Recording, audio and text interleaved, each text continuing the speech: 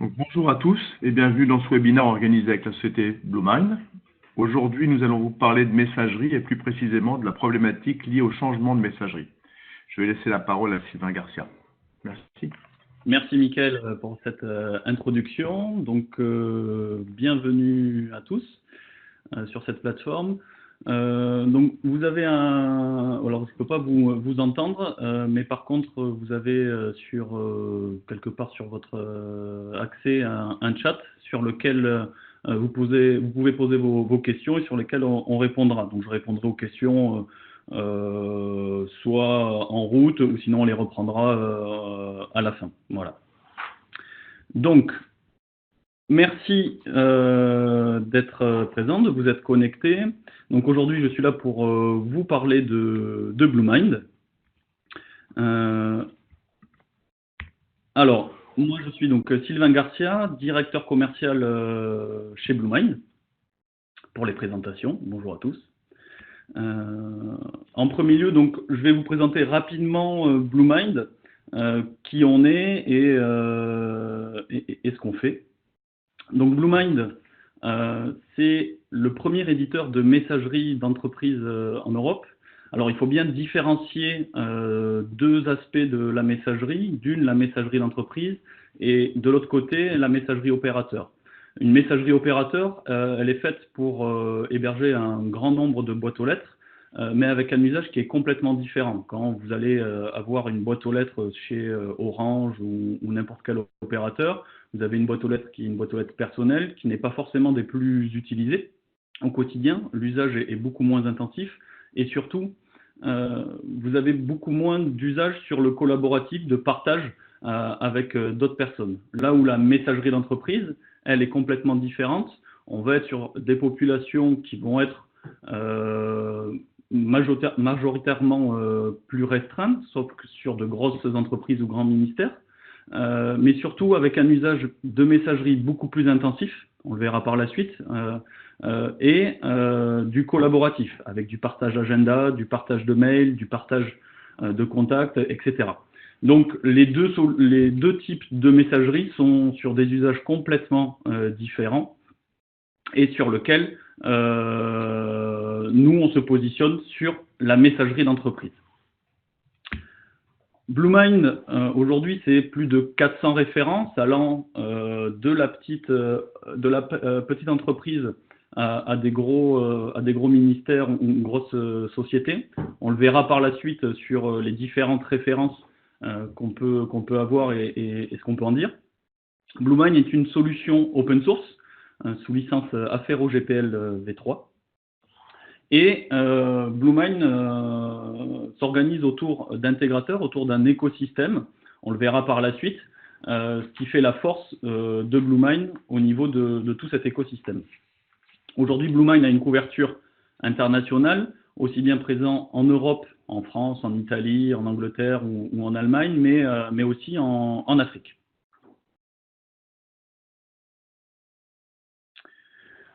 Les références aujourd'hui, BlueMind a été choisi par différents grands organismes d'État ou des OIV, car c'est une solution d'une française et open source, et ça suit la feuille de route qu'a indiqué le gouvernement. Et donc ces OIV, ces organismes d'intérêt vitaux qui ont des besoins particuliers en termes de sécurité, en termes de souveraineté des données, BlueMind aujourd'hui couvre ce périmètre-là. BlueMind est aussi bien présent dans le privé, que ce soit sur de la PME industrielle ou des grands groupes.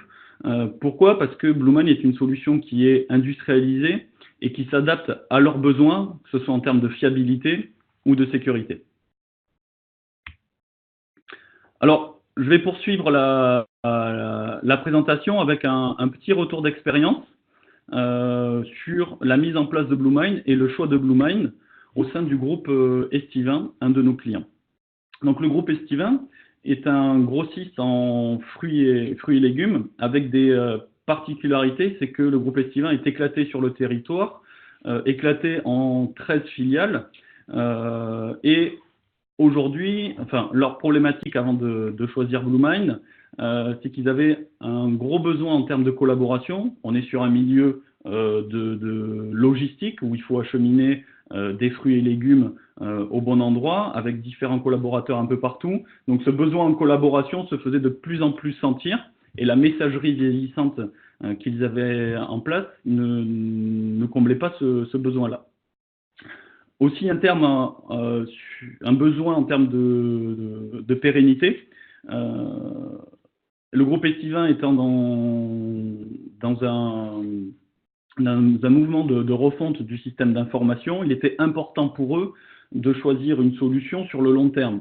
On ne va pas changer de messagerie tous les matins. Ce sont des opérations qui peuvent être délicates en termes de choix, en termes d'habitude utilisateur. Donc, pour eux, la pérennité était un gros enjeu. Comment ils ont choisi BlueMind? En termes de pérennité, aujourd'hui, les références de BlueMind montrent que la solution est une solution établie, qui fonctionne et qui est fiable. Donc, ces références-là ont permis de les rassurer dans leur choix, voir qu'ils n'étaient pas tout seuls à utiliser BlueMind. L'aspect français, pour eux, était important, tant dans le choix du logiciel. Il était pour eux hors de question de déployer du Microsoft Exchange. Et surtout, d'un point de vue pratique, le support en France de BlueMind leur permet d'avoir une réactivité en cas de problème. Le non-choix de Exchange ne veut pas dire pour eux l'abandon de l'utilisation d'Outlook. Et en ça, la solution BlueMind apporte des réponses qu'on verra plus tard, qui a permis de se déployer au sein du groupe Estivin. La simplicité de déploiement, pour une solution d'infrastructure, il est important de voir sa complexité et l'aspect maintenance sur le long terme. On le verra dans le slide suivant, mais le groupe Estivin a déployé eux-mêmes la solution, donc il était important d'avoir une solution industrialisée et simple. Et enfin, le choix de la solution a porté aussi sur le sujet des API. BlueMind expose des API pour s'interconnecter avec le reste du système d'information, et dans l'esprit d'une refonte du système d'information, il était important pour eux d'ouvrir et d'avoir la possibilité d'interconnecter la messagerie au reste du système d'information. J'ai pour habitude de dire dans certaines de mes présentations que la messagerie, c'est la porte d'entrée pour le système d'information des utilisateurs, et ces API vont permettre justement, quand on ouvre cette porte-là, d'interagir avec tout le système d'information et toutes les applications métiers qu'on peut avoir au sein de l'entreprise. Le projet en lui-même, le projet a pris 3 mois. Donc, 3 mois à partir du premier test jusqu'à la mise en production. Donc, un premier mois de test, un deuxième mois de préparation et enfin l'installation et le déploiement. Tout ce projet-là s'est déroulé en interne au milieu d'autres projets menés par la DSI. Ce n'est pas 3 mois à temps complet gérés par la DSI. Bien sûr, il y a des aléas, des problématiques réseau, etc., qu'il faut gérer à côté des logiciels métiers. Donc, tout ça pour exprimer la simplicité et la rapidité qu'a mis en œuvre le groupe Estivin pour la totalité de sa population qui a mis en place BlueMind. Donc, l'installation a été réalisée par la DSI, pour, au final, réaliser une migration Bing Bang en une nuit de l'ensemble de la population et l'ensemble des données. Alors, là-dessus, sur une migration Bing Bang, le choix du groupe Estivin a été d'aller vite par rapport à leurs problématiques de stabilité et leurs problématiques de migration. BlueMind est capable de ne pas forcément faire une migration Big Bang, mais aussi de faire des migrations par lot. Lorsqu'on est sur des populations assez conséquentes, bien sûr, migrer plusieurs téras de données en une fois, c'est irréalisable. Donc on va réaliser une migration par lot d'utilisateurs, par personnes par direction qui travaillent ensemble, et mettre en parallèle les deux systèmes pour au fur et à mesure déplacer la population d'un côté vers BlueMind. Donc ça, c'est au choix et en fonction des études qui sont réalisés avec le client. Le groupe Estivin, suite à la mise en production de BlueMind, a constaté une plus grande stabilité de leur système qui était un peu en détresse, une administration simple via l'interface de BlueMind. BlueMind met à disposition des administrateurs une interface web d'administration où toutes les manipulations, tout ce qui est administration du quotidien peut être réalisé via cette interface, que ce soit le déploiement de nouveaux serveurs, que ce soit le réglage des paramètres utilisateurs, que ce soit les droits sur les boîtes aux lettres, sur les calendriers, etc. Vraiment, tout est réalisable via cette interface web, mais pas que. Pardon. Vous pouvez aussi administrer BlueMind en ligne de commande. Nous fournissons un CLI, Command Line Interface, mais aussi via les API de BlueMind, où vous avez tout qui est disponible via ces API. On l'a parlé tout à l'heure, la synchronisation Outlook pour eux était un choix primordial et il s'est avéré que le multi-accès et les multiples possibilités qu'offre BlueMind en termes d'accès à la messagerie, à la collaboration, a permis de faire choisir les utilisateurs en fonction de critères et en fonction aussi des choix de la DSI, et du coup avoir une compatibilité aussi bien sur Outlook, Thunderbird et l'utilisation du webmail. J'en parlais aussi sur les API. Cela leur a permis de brancher directement les API de les brancher directement au CRM.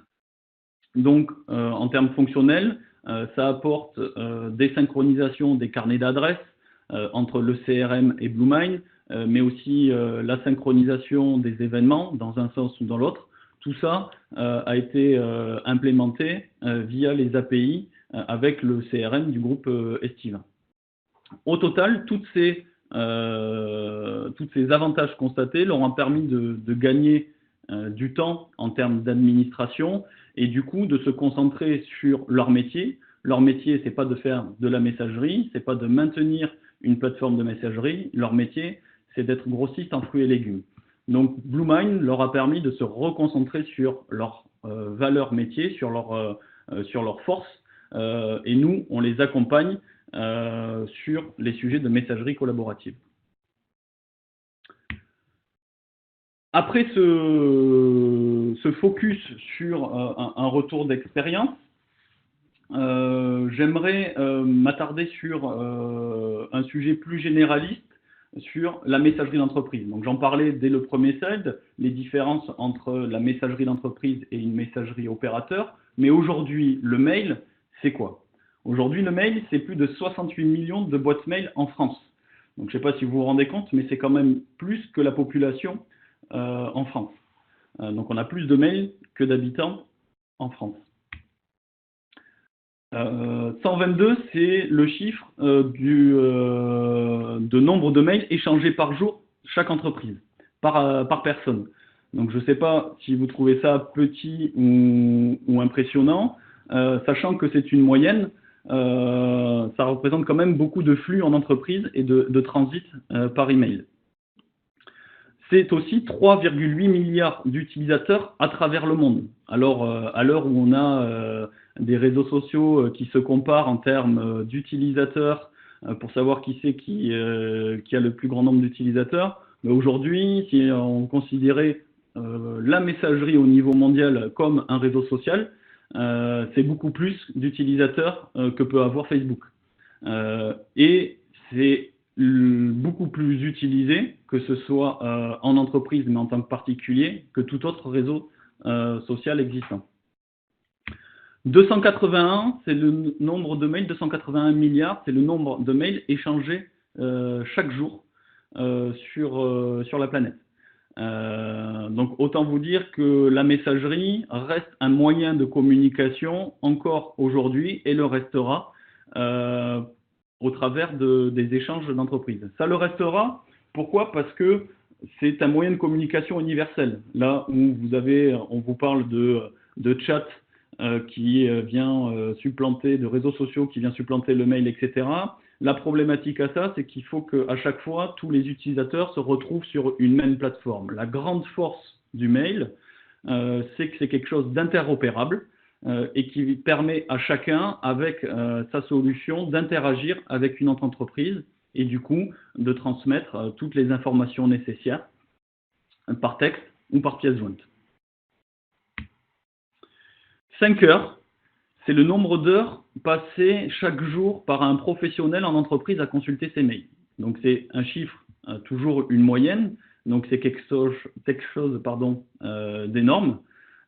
Et donc aujourd'hui, avec tous ces chiffres, on voit que l'email c'est vraiment quelque chose d'important, de stratégique dans l'utilisation de tous les jours, surtout pour une entreprise. Aujourd'hui, quand le mail s'arrête, une entreprise elle est paralysée. Et donc, ce qu'on voit, c'est que sur le mail, on a un vrai besoin en termes de souveraineté et je dirais même en termes de maîtrise. Il faut que les entreprises puissent maîtriser et aient confiance en leur messagerie. La problématique, c'est qu'aujourd'hui, le numérique, en règle générale, est drivé par les US. Et quand je parle du numérique, ça englobe bien sûr la messagerie. Aujourd'hui, on voit des organismes tels que le CIGREF qui se révoltent contre les gros éditeurs américains parce que, en termes de discussion avec eux, ils sont pris en otage et n'ont aucun poids pour faire avancer en fonction de leurs usages les évolutions du logiciel, mais aussi des discussions en termes de tarifs et de roadmap. Donc aujourd'hui, on assiste vraiment de façon globale, que ce soit en France ou en Europe, à une ingérence dans le numérique des Américains qui couvrent un bon spectre des logiciels utilisés par nos entreprises. Des actions politiques telles que notre ministre Bruno Le Maire, ministre des Finances, mais aussi de la même voie avec Mounir Majoubi, insistent sur le fait de reprendre la main sur cette économie du numérique qui est pour la France et pour l'Europe un sujet primordial en termes de développement économique, mais aussi en termes de souveraineté et de garder et de pouvoir piloter tous ces aspects numériques et ces données-là. Un député aussi très connu dans notre milieu, Cédric Villani, pour reprendre ces termes, il ne faut pas qu'à terme, la société, la France, l'Europe, deviennent une colonie du numérique. Et c'est ce qui est en train de se passer aujourd'hui, en utilisant tous les logiciels externes, alors que des logiciels européens existent, on devient tributaire de ce que va faire les Américains. Pour un exemple et pour retour sur la messagerie, si je vous demande de citer un client de messagerie, je pense que vous n'avez pas besoin de réfléchir longtemps, et le premier client de messagerie qui vous vient à l'esprit, c'est Outlook. Outlook, aujourd'hui, c'est un verrou sur la messagerie. Les utilisateurs ont été éduqués, ont été biberonnés avec du Outlook depuis leur plus jeune âge, depuis qu'ils sont étudiants. En entreprise, ils vont utiliser Outlook. On ne parle pas d'Exchange, on ne parle pas de serveur de messagerie, on parle juste d'accès à la messagerie. Et aujourd'hui, Outlook est un véritable verrou par rapport à cette souveraineté. Et aujourd'hui, sans faire sauter ce verrou, il va être impossible de changer ses habitudes, il va être impossible de fournir une solution alternative. Donc, au niveau de BlueMind, on a une nouvelle approche sur la messagerie. Cette nouvelle approche est fédérée et proposée via la nouvelle version, la version 4 de BlueMind, qui est une plateforme collaborative, de messagerie collaborative, offrant un panel large en termes de fonctionnalités. Bien sûr, on va retrouver tout ce qui est mail, agenda, gestion des contacts, mais aussi interconnexion avec du Drive, gestion des tâches et des fonctionnalités beaucoup plus métiers. Je vous rappelle qu'on est quand même, nous, sur un créneau qui est la messagerie d'entreprise, où on va pouvoir intégrer et envoyer des fichiers volumineux tout en évitant de passer par des WeTransfer ou autres logiciels, garder la maîtrise de ces fichiers volumineux, avoir et piloter des signatures d'entreprise corporate directement par les services marketing, les services communication et non pas par le service informatique, des aspects de monitoring, etc. Mais la vraie nouveauté en termes de version 4 n'est pas toutes ces fonctionnalités-là, qui restent des fonctionnalités de base de toute autre messagerie d'entreprise. C'est vraiment la connectivité Outlook. Aujourd'hui, si on prend à l'écran, vous avez Martine qui est issue d'une jolie vidéo que vous pouvez aller voir sur notre site web. Martine, elle est donc, comme je disais tout à l'heure, biberonnée et elle utilise Outlook tous les jours. Et aujourd'hui, elle aime Outlook. Quand vous allez lui dire on va changer de messagerie, pour elle, elle ne pense pas qu'elle va changer de messagerie et qu'elle va changer de client de messagerie. Donc, si vous lui changez ces habitudes-là, en plus d'avoir toutes les briques d'infrastructure à gérer, il va y avoir aussi une grosse part de gestion, d'accompagnement au changement. Donc, Martine, elle, ce qu'elle veut, c'est garder Outlook. Elle ne veut pas utiliser un autre client de messagerie parce qu'elle a été habituée à ça. BlueMind, en version 4, réconcilie ça, c'est-à-dire qu'on va pouvoir positionner, migrer un serveur de messagerie Exchange vers BlueMind tout en gardant Outlook. Et ça, c'est une révolution puisque aujourd'hui, sur toutes les plateformes de messagerie confondues, aucune, à part BlueMind, est capable de supporter à 100% Outlook et sans connecteur. Ça, c'est très important parce que un utilisateur qui va quotidiennement utiliser Outlook, installer un connecteur sur le Outlook, ça a différentes problématiques. D'une, en termes de déploiement et de mise à jour, mais surtout en termes d'habitude d'utilisateur. L'utilisateur, lui, ce qu'il entend quand vous mettez un connecteur, c'est qu'il va garder Outlook. Mais au final, vous allez devoir installer un connecteur et ça va changer ses habitudes. Et aussi en termes techniques, c'est plus du tout la même chose. En termes de workflow, de prise de rendez-vous, en termes de problématiques de bugs, etc. Là, avec BlueMind, on a pris le problème à l'inverse. C'est-à-dire comment faire en sorte que tout en gardant Outlook sur une solution alternative comme BlueMind, que l'utilisateur ne soit pas perturbé. La solution, ça a été de développer le serveur, les fonctionnalités côté serveur, en implémentant, pour les plus techniques d'entre vous, les couches du protocole MAPI, et de rendre nativement compatible Outlook comme s'il se connectait en face à un serveur Exchange. Et à partir de là, vous pouvez entamer une migration de façon transparente pour vos utilisateurs, tout en gardant Outlook. Alors bien sûr, nous, on ne vous incite pas à garder Outlook, mais dans une phase de dépendance aujourd'hui, c'est comme un drogué, on ne peut pas lui arrêter tout du jour au lendemain. Donc on va commencer par la partie serveur, vos utilisateurs vont pouvoir continuer à utiliser Outlook, mais peut-être que pour certains autres groupes d'utilisateurs, vous allez pouvoir proposer d'autres solutions. Le webmail qui aujourd'hui a toutes les fonctionnalités, que ce soit en termes d'agenda, de mail, etc., que vous pouvez imaginer. Ça peut être aussi Thunderbird qui offre une très bonne solution de gestion de la messagerie sur lequel BlueMind fournit sa brique de calendrier. Et donc, vous allez pouvoir avoir plusieurs accès à ces mails pour ne pas privilégier Outlook et l'effacer peut-être, suivant votre choix, petit à petit. La vision de BlueMind, nous, en termes d'éditeur, de façon globale, on se positionne en tant qu'éditeur et on travaille après avec un réseau de partenaires. Qu'est-ce qu'un éditeur? Un éditeur, ce n'est pas juste vous fournir un logiciel. Un éditeur, c'est aussi vous fournir de la documentation, c'est vous fournir des compétences techniques, c'est avoir une vision du produit, c'est avoir une feuille de route qui va permettre de voir sur le long terme ce qu'on peut faire de la messagerie. Notre boulot d'éditeur, c'est de se concentrer sur ce logiciel-là. Aujourd'hui, le logiciel vous intéresse. Notre but, c'est que demain, il continue à vous intéresser. La philosophie de BlueMind, elle se base sur 4 points. D'une, les API. Donc, je vous en avais parlé en termes de retour d'expérience. Vraiment, toute la structure de BlueMind est construite autour. Nous, techniquement, en termes de développement, aucune fonctionnalité ne peut être intégrée s'il n'y a pas d'API.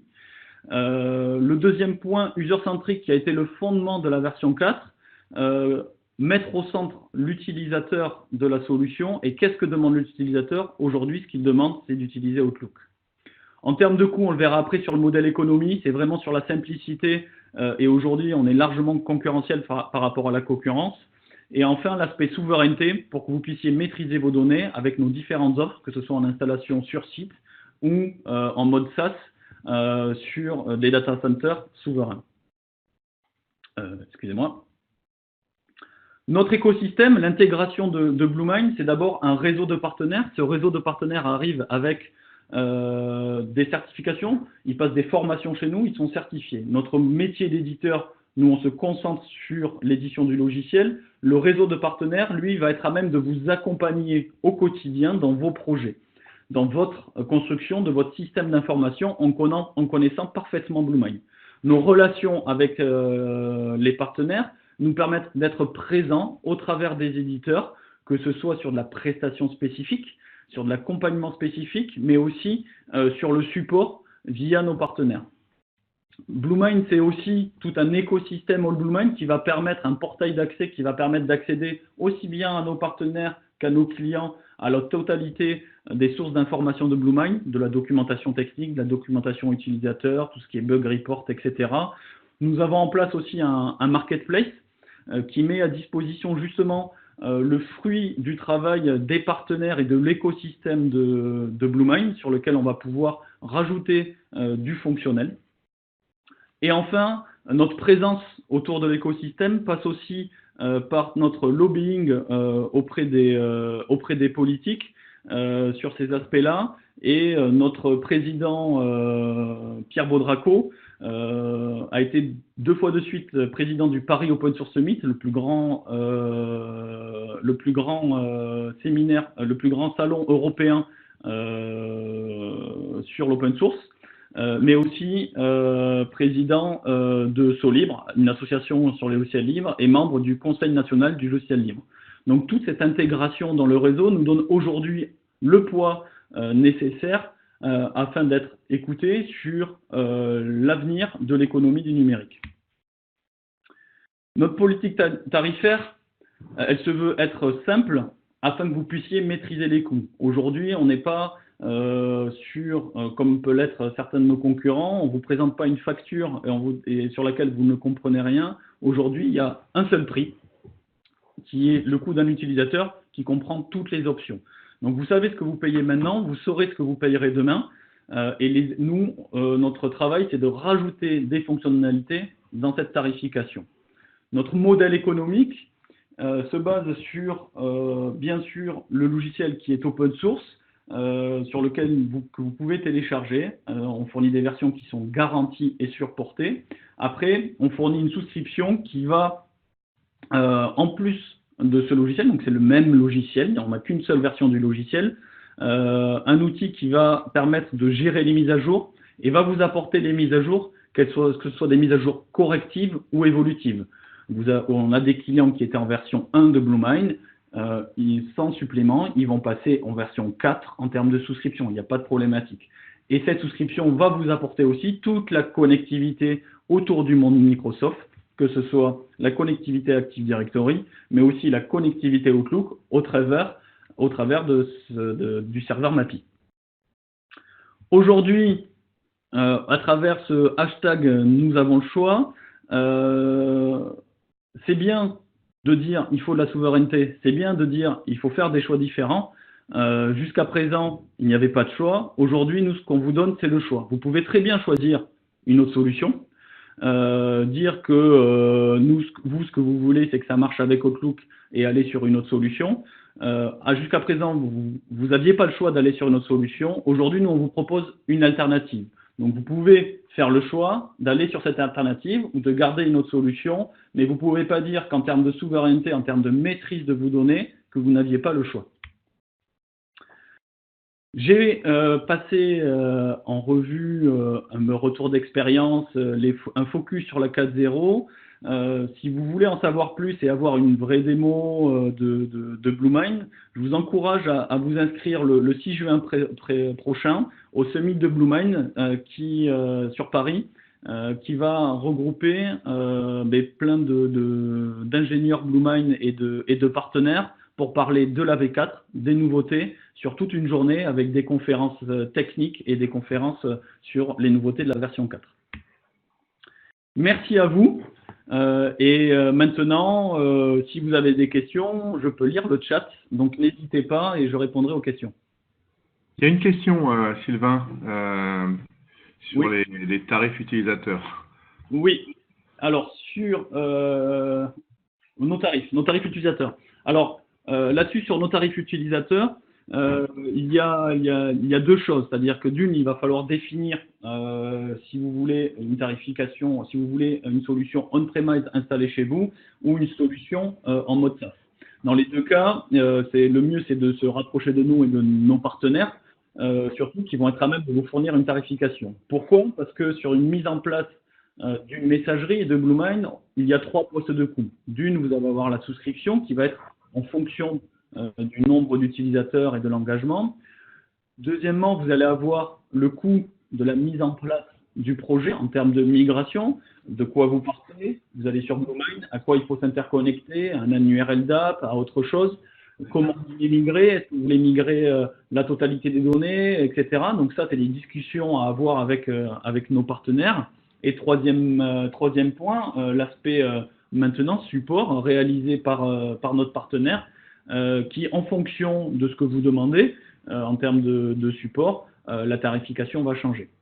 Idem sur le côté SaaS, nous-mêmes, on n'opère pas de SaaS, on travaille avec nos partenaires qui ont différentes plateformes hébergées, et en fonction de vos besoins, nous allons vous orienter sur tel ou tel partenaire qui vont avoir bien sûr des tarifications différentes, mais surtout en termes techniques du stockage, qui peut varier en termes de gestion du stockage, en termes de backup, mais aussi en termes de fonctionnalités autour. C'est-à-dire qu'aujourd'hui, on a même des partenaires qui ont construit des solutions autour de BlueMind pour avoir plus de fonctionnels autour de BlueMind. J'ai deux autres questions, Sylvain. Oui. Donc, expérience de migration Lotus. Et l'autre question, c'est qu'en est-il de la haute disponibilité? Alors, expérience de migration Lotus, aujourd'hui, donc j'en ai pas parlé, mais BlueMind, nous, en tant qu'éditeur, notre métier, c'est pas seulement de développer le logiciel, mais c'est aussi de développer les outils qui vont permettre de migrer facilement vers BlueMind. Donc, on a des outils qui vont permettre de migrer d'un serveur Lotus Domino vers BlueMind, de récupérer tout ce qui est mail, agenda, contact, etc. De façon, comme je disais, soit en Big Bang, soit petit à petit. Et aujourd'hui, on a plusieurs de nos clients, avec forte volumétrie d'ailleurs, qui ont migré de BlueMind à Lotus. Le retour d'expérience est que Lotus est quand même une solution vieillissante, outre les aspects technique de migration, il y a quand même de la part des utilisateurs un vrai changement et une vraie amélioration de leur quotidien. D'un point de vue haute disponibilité, BlueMind va gérer la disponibilité directement sur la couche virtualisation, c'est-à-dire que vous allez pouvoir utiliser les mêmes briques fonctionnelles en termes de haute disponibilité que vous utilisez aujourd'hui pour vos autres applicatifs. Donc là-dessus, BlueMind va être capable de gérer tout ce qui est repoper un serveur s'il y a une problématique sur le premier serveur, etc. Et en termes de scalabilité, l'architecture de BlueMind aujourd'hui permet d'installer sur un serveur et au fur et à mesure d'éclater les différents services. Si par exemple demain vous avez moult téléphones en termes de synchronisation qui viennent surcharger votre infrastructure, vous allez pouvoir éclater ce service-là sur un serveur différent pour absorber cette montée en charge. Et on va pouvoir faire ça sur la totalité des services BlueMind, que ce soit sur les back-ends de stockage, que ce soit sur le cœur de BlueMind ou les différents fronts. Voilà. Une autre question sur on a encore quelques minutes. Quels sont les clients disponibles pour smartphone? Alors, pour smartphone, BlueMind utilise une synchronisation native, c'est-à-dire que ce soit sur iPhone, Android ou autre, vos téléphones peuvent se connecter en ActiveSync directement au serveur BlueMind. Donc, on va utiliser, il n'y a pas besoin d'installer d'application, on va utiliser le calendrier natif, la gestion des contacts native et la messagerie native de votre téléphone. La particularité que vous n'avez pas sur d'autres solutions, c'est qu'en plus, via ce protocole-là, on a implémenté la possibilité, suivant si le téléphone le supporte, de visualiser les agendas de mes collaborateurs directement sur le téléphone. Aujourd'hui, à l'ère de la mobilité, alors je dirais pas sur un téléphone, mais plus sur une tablette où on voit un écran plus large, on va pouvoir être à même de consulter l'agenda de ma collègue Leslie Saladin ou de mon collègue Pierre Baudraco directement sur ce téléphone-là. Donc cela est natif via ActiveSync que nous développons et que nous suivons et que nous maintenons au quotidien en fonction des téléphones qui sortent pour être toujours compatible avec les téléphones du marché. Voilà. Et puis la dernière question, est-il prévu une solution pour le droit à la déconnexion?